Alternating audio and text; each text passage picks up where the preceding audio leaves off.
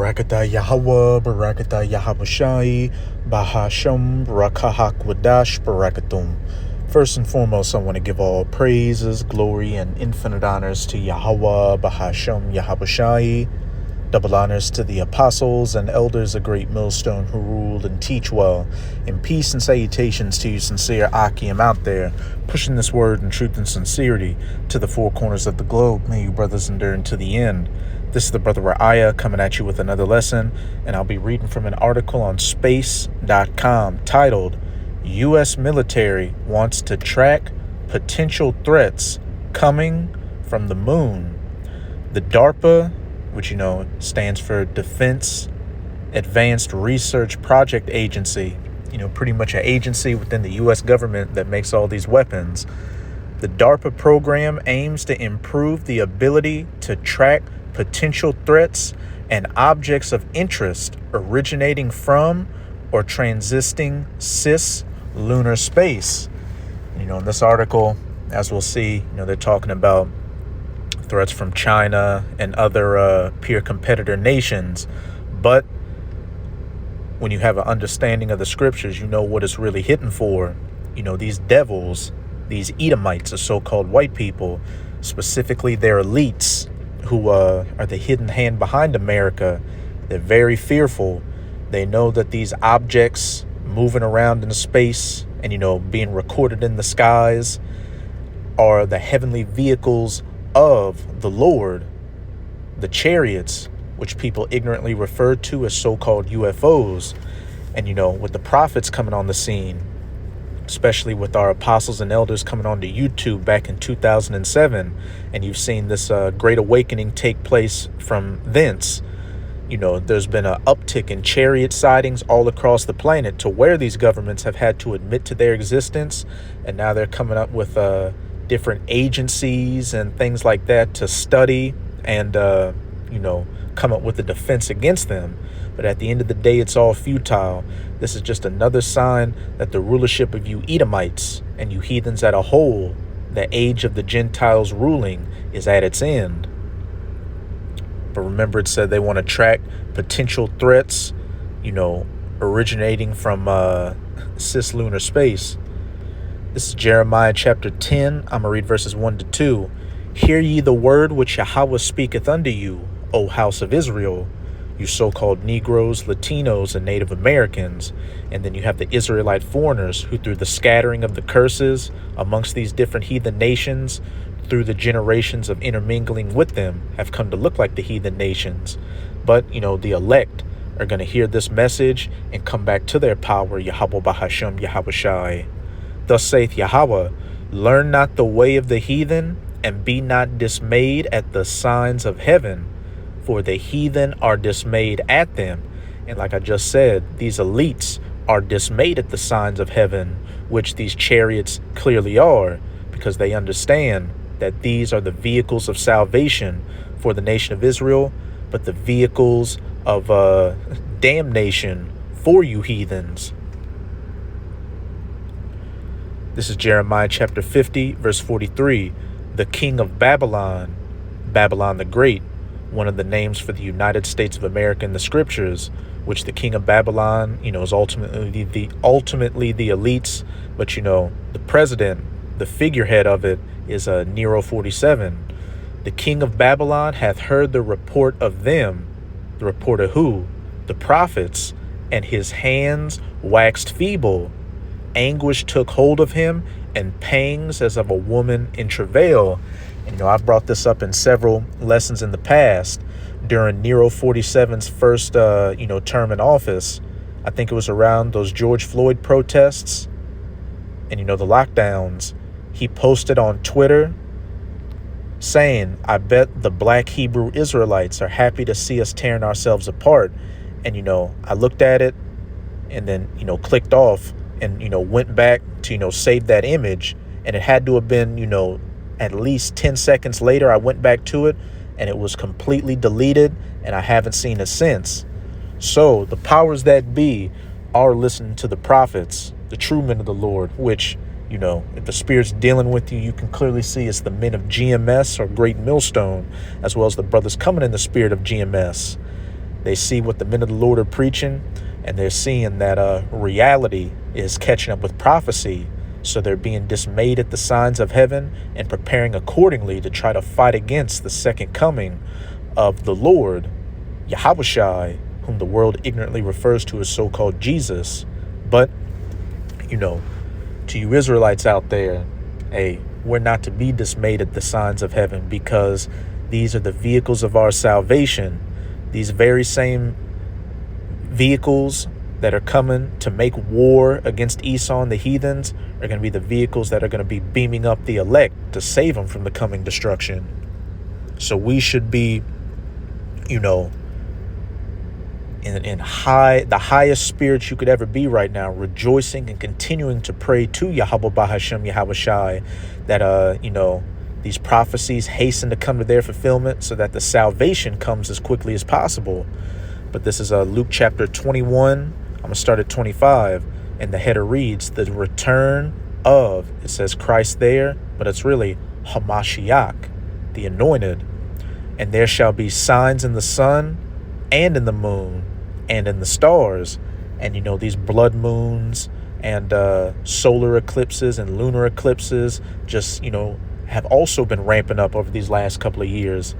Back in I think it was either 2023 or 2024, you had that, I think it was a solar eclipse that made a path, like a straight line across America. And then a couple of years prior, you had another eclipse that made a path across America in the opposite direction, and when you look at it on a map, the trajectory made the shape of an X. Hey, Babylon being X'd out.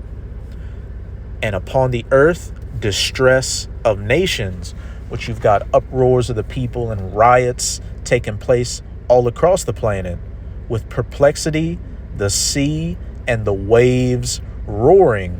And down there in Jamaica recently, you just had a major hurricane, and there was another typhoon over in the Pacific. Men's hearts or minds failing them for fear and for looking after those things which are coming on the earth. All this talk of economic collapse, civil unrest, World War III, nuclear war, and these so-called UFO sightings all across the planet. And then, they've been talking about this 3-eye atlas thing, which I believe they say, should be getting around us, in December. And, it remains to be seen what that is. But with those high-powered telescopes and other instruments Esau has, hey, he's seeing and documenting true chariots, flying around in space. And they've said some are as big as the states of New York, and one passed over Earth that was, I'm trying to think. I think it might have been the sun. They had one pass over the sun that was as big as the earth or bigger than the sun. Just massive objects, anything beyond the realm Esau could comprehend. But we're able to comprehend it because what? We understand what they are. Men's hearts failing them for fear and for looking after those things which are coming on the earth. For the powers of heaven shall be shaken. Those that are in rulership right now. The king of Babylon hath heard their report, and his hands waxed feeble, and he was in anguish as of a woman in travail. Verse 27, and then shall they see the Son of Man, Yahushai, coming in a cloud, which when you read Psalms 104, about verse 3, it compares the Lord's chariots to clouds. And what does it say in Revelation chapter 1? That the Lord is coming upon swift clouds. And then shall they see the Son of Man coming in a cloud, a chariot so massive Esdras couldn't see the end of it, as it says in 2nd Esdras chapter 13. Just think about those miles-long ships from the movie Independence Day with power and great glory. And it says in Isaiah 47 that I will not meet thee as a man. Here's the main point. And when these things begin to come to pass, then look up and lift up your heads, for your redemption draweth nigh. So we're not to be dismayed at the signs of heaven like these heathens, because they're the signs of that our redemption draweth nigh. But let's get into a little bit of this article.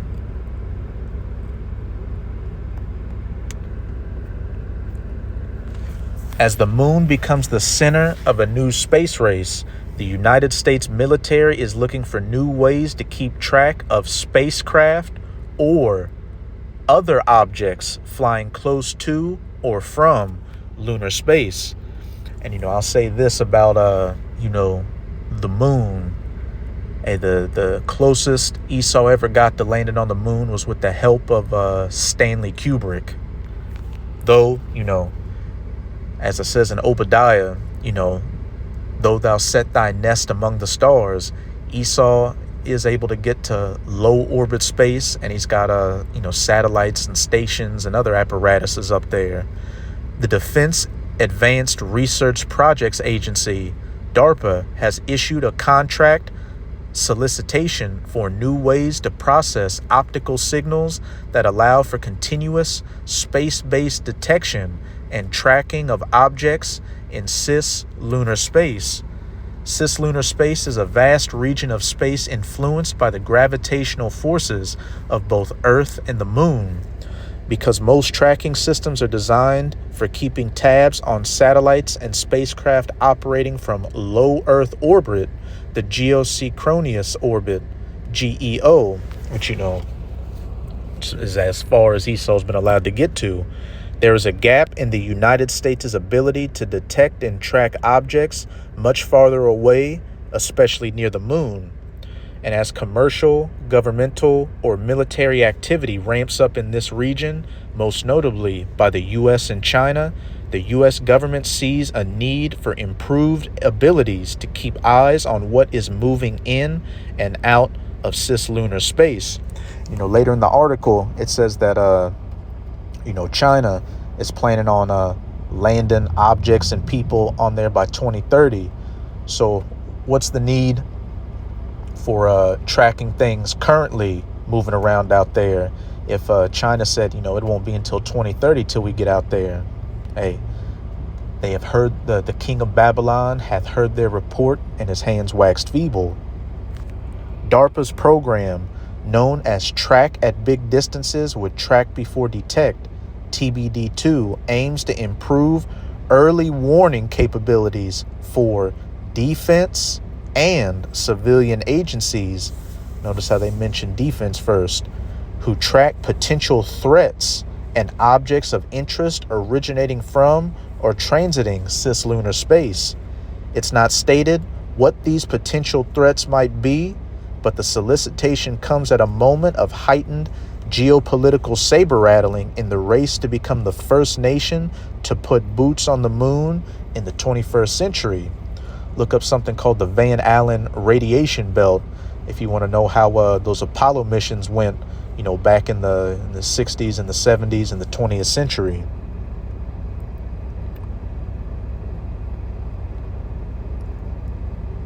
I'm going to jump around a bit, try to hit some points.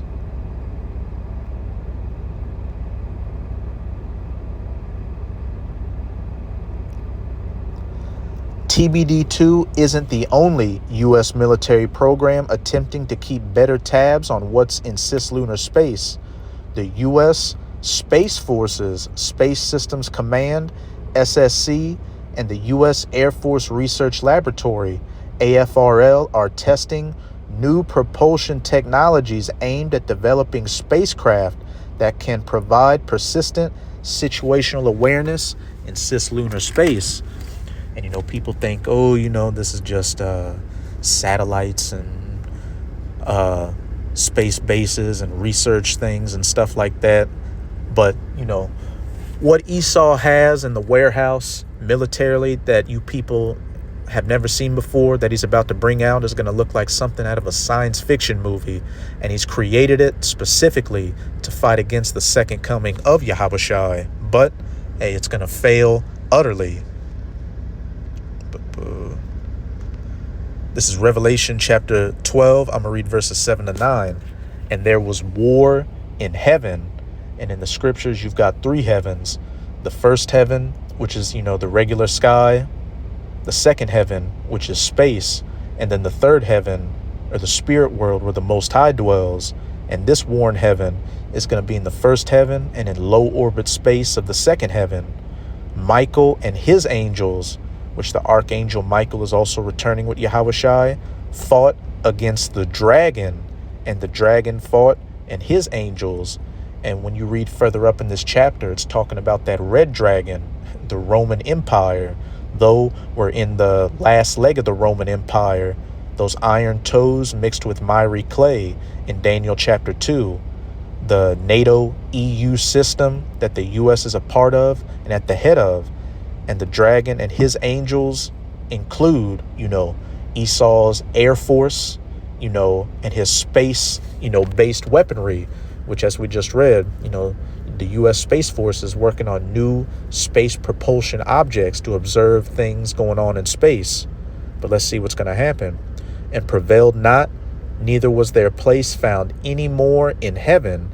And the great dragon was cast out, that old serpent called the devil and Satan.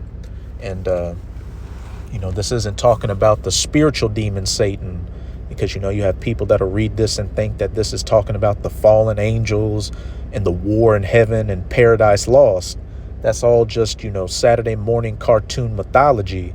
Go read Job chapter 1 or Job chapter 2, or go read 1 Kings 22. The angels, including Satan, who is the top left-handed angel of the Most High, have no free will of their own and do the bidding of the Lord, and can't do anything outside of getting the go-ahead to do it from him, which deceiveth the whole world. He was cast out into the earth, and his angels were cast out with him. Straight to the point. It's going to be a first-round knockout, no contest.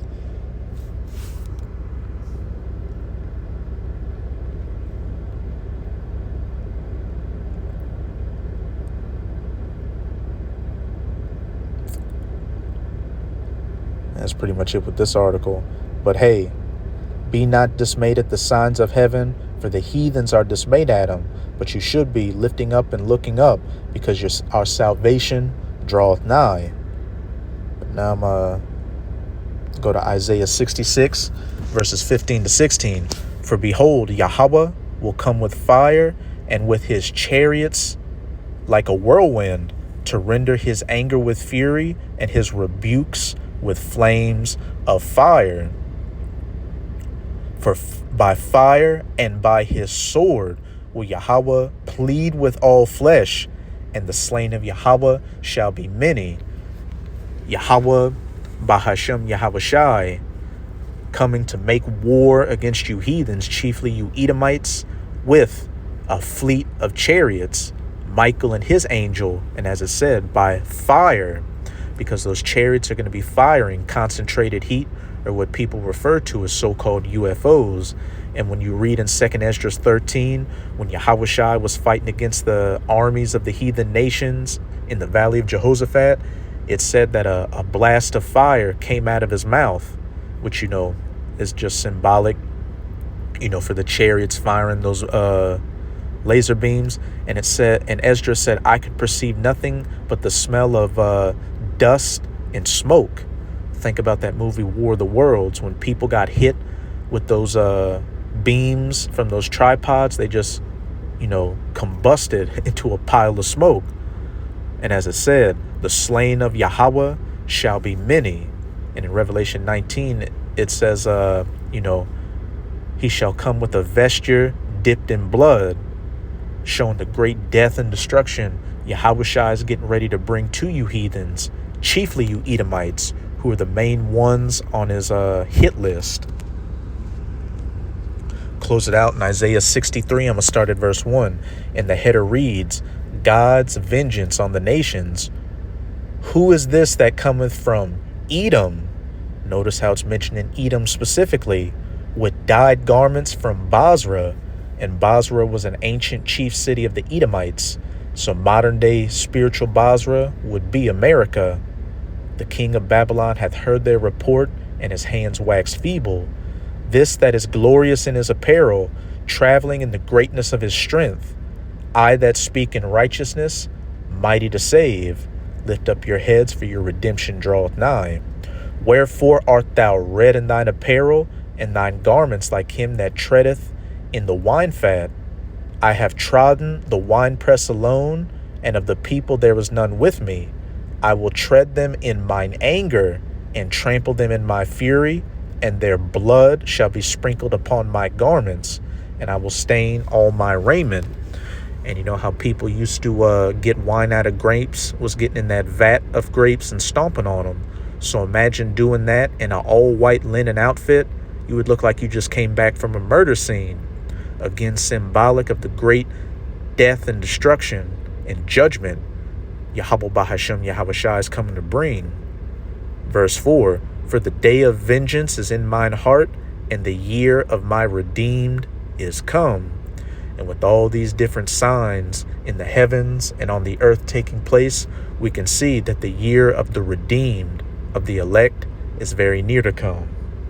But that's it with this video. With this video, I hope you sincere, Akim and Akwath, were edified. Just keep strong. We are almost out of this final wicked captivity of the heathen nations, chiefly of the Edomites. And as always, I'm going to say Abad Babal, Kwam Yasharallah, and until